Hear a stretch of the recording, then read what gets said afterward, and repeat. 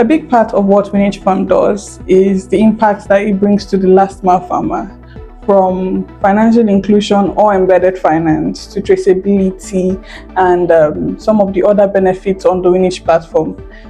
This is something that we'll be talking about extensively today with the COO of Winich Farms, who will be joining us in the studio shortly. Hello, good afternoon, and welcome to Winich News at 2, where we give you all the updates on waiting this up in agriculture.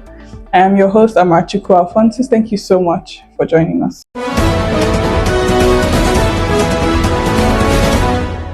Welcome back. Thank you so much for joining us. With me in the studio is. Hi, Winner, co-founder and chief of operations for Winich Farms. Thank you so much for joining us today.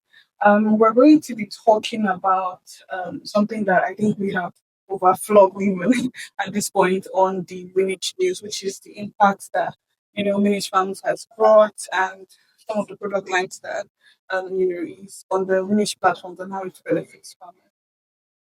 So I think my question here would be: how does Winich Farm connect farmers to buyers and create better market opportunities for the smallholder farmers? Thank you once again for having me. So to just go right into the question, basically, first of all, we connect farmers to off-takers or processors or buyers is we have the Winich app that the processors actually use.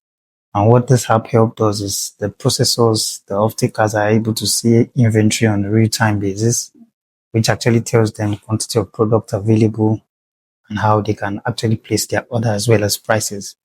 And then on the farmer side is we also have another app, but this time around it's being used by the agents. So this is the app that actually the agents use to onboard the farmers, creates a profile for them, and then anytime they're willing to sell their products, they just head up to the agent centers or the warehouses, and then the agent uses this platform to just onboard their products, getting them paid directly to their cards. So I think in those few steps, that's the way we're able to do that.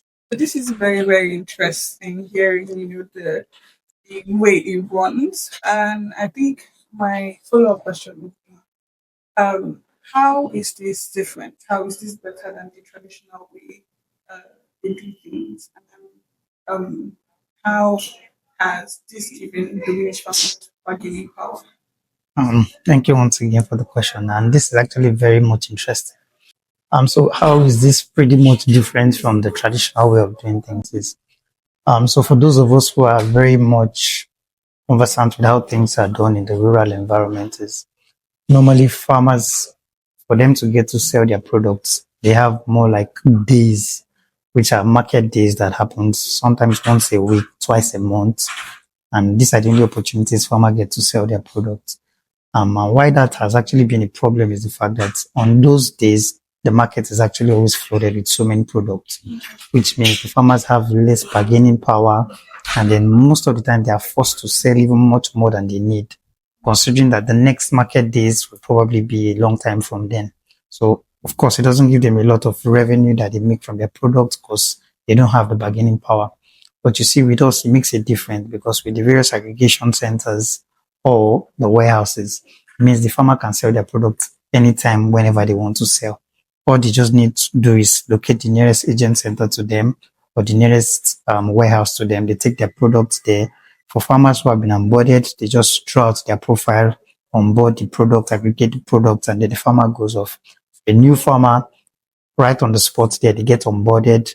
The total product they are willing to sell is updated. They get a card, and then their payment goes directly into the card. So you see, with this, not only does it make them more inclusive, it gives them better bargaining power because now they are not forced to sell more than they need, or they are not forced to sell because they know that at any given time they can actually sell based off price fluctuations and based off their need. So I think that actually gives a better as compared to what is obtainable previously. That is wonderful. That is wonderful. And the fact that it is on the spot Right. is very much mind blowing and, such an interesting perspective to look at things from. But I think this brings me to my next question. Winich has managed to develop several product lines that are beneficial for the last mile farmer, right? What challenge was each product line created to solve? and how does that benefit the farmer? How do they all come together to benefit? So thank you once again for that question. So we've been able to come up with several solutions for the farmers and even the off-takers, but I'll just center more around the farmers this time. So one of the first, I would say the first would be storage spaces. And then the problem that we were solving for that was post-harvest losses, as well as obviously enough space for farmers to be able to store their products. So talking about post-harvest losses, I think that's an information everyone already knows. From statistics and data, post-harvest losses across Nigeria on a yearly basis runs in the billions, right? So to think that that's not just a problem in its own, it's a problem that actually eats down into the GDP of the country. We thought about it, how could we give better revenue, better value for the farmers? So we thought about giving storage facilities for the farmers at no cost. So I must emphasize that at no cost. As long as you're on the Winich Farmer Bank or you are a Winich farmer, whenever you need to store your products, we have facilities or spaces readily available for you. So another product is obviously the market access, which also rides under the curfews of post-harvest losses, right? It's one thing for the farmers to have their products. It's another thing for them to have a ready market to be able to sell out those products, which has literally been one of our biggest solutions, right? Because a lot of times we will observe that it's not that farmers don't have product most times, but where to sell it when they want to sell it at good prices has actually also been a major challenge. So we've been able to provide the market access, which is one of the things I addressed when I talked about some of the solutions that we offer. So a ready market where they're able to sell off their product at any point, at any time, at good pricing. Another problem which we're also able to solve is in terms of credit. So if you approach any smallholder farmer as we speak, apart from all of the other problems I had identified, when you ask a farmer, what do you basically need or what do you need? I can bet that most times the first and maybe even the only thing they would always request for is credit. And then we can understand that, right? Because a lot of times, like people, they don't see farmers as business people. They see farmers as just farmers. But we must always emphasize that farmers are not just farmers. Farmers are business people. So credit is actually another challenge that they have actually. And then we've been able to come in to solve that with a solution we tag the PCC, which is product collateralized credits. And how that works is we're able to provide credits to our farmers with the help of other partnering financial institutions where we take the farmers' products as collateral and give them certain value for those products that we have taken. As it would happen in every other place, when you want to get credit, obviously you provide collateral. And for rural smallholder farmers, majority of the times they always do not have a collateral. So we had to do a whole lot of surveys, engagement with the farmers before we're able to come up with this product. And I must tell you that so far since its launch, it has been very successful. Because what better way to provide credit to the farmers than to use what they have at almost any point, collateral, which is their product, right? So yes, I think with these three major solutions to their problems, I think that covers what we've been able to highlight and what we are doing for the farmers. Winich is amazing, from free storage facilities to Market access. harvest loss, market access, and now this amazing product and logistics.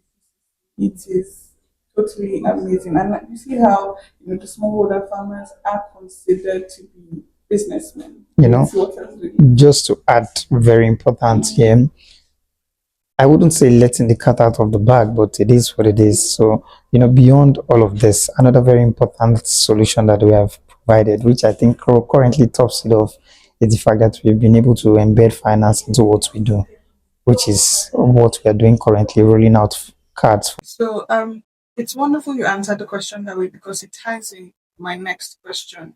Embedded finance and traceability, I think, work hand in hand, and seeing how we need drives embedded finance and financial inclusion for older farmers.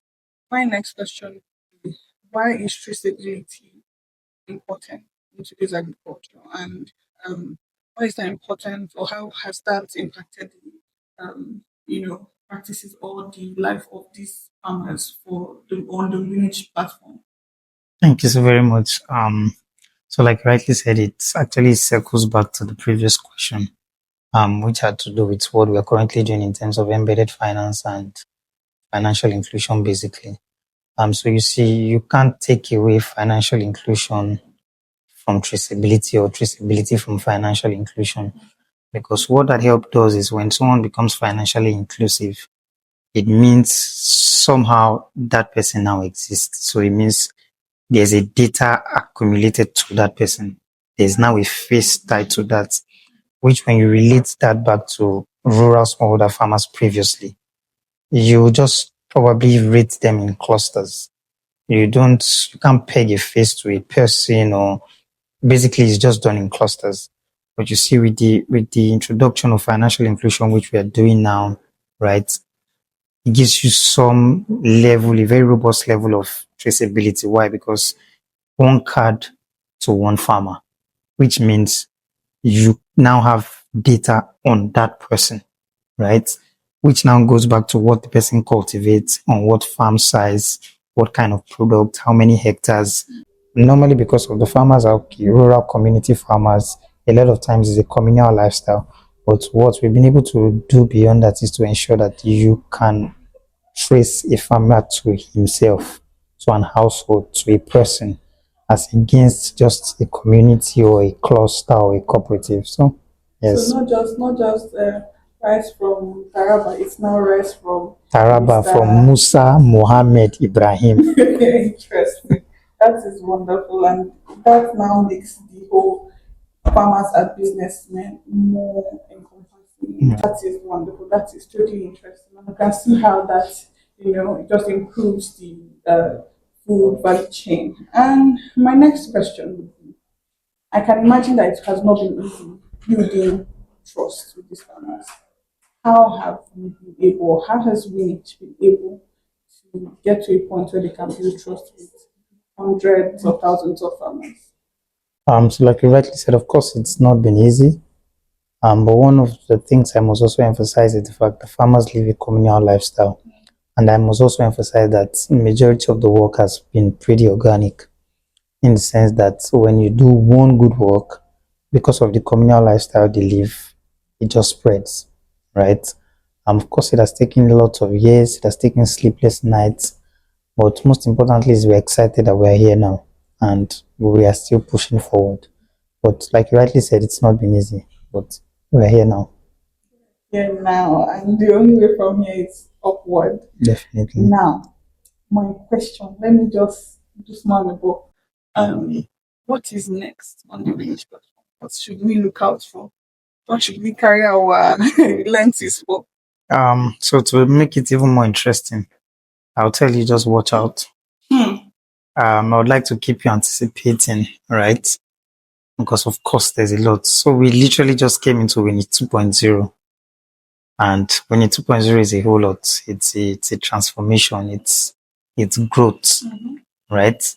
But to keep you guessing, anticipating, and waiting, I'll tell you just be on the lookout.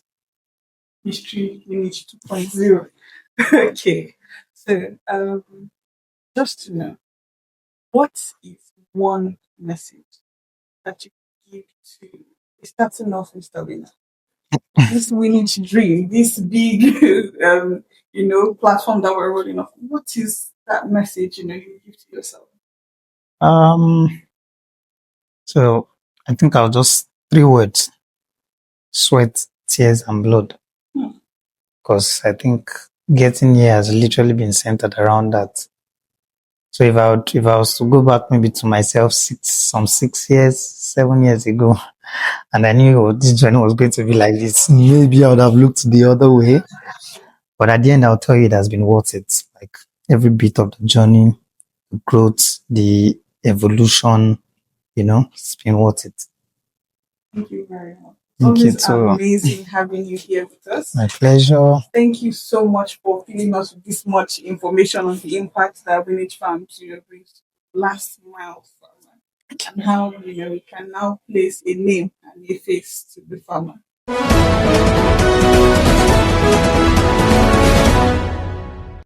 I am sure that after you have heard from the CEO of Winich Farms, you cannot help but agree that Winich Farms is all about impact and making sure that life is easier for the last mile farmer. That being said, thank you so much for joining us on today's news. My name is Amarachuka Alphonsus. Join us every Wednesday at 2 for the Winich News at 2. Follow us on all our social media platforms for more information. Have a wonderful day and a wonderful week. See you next week. Bye.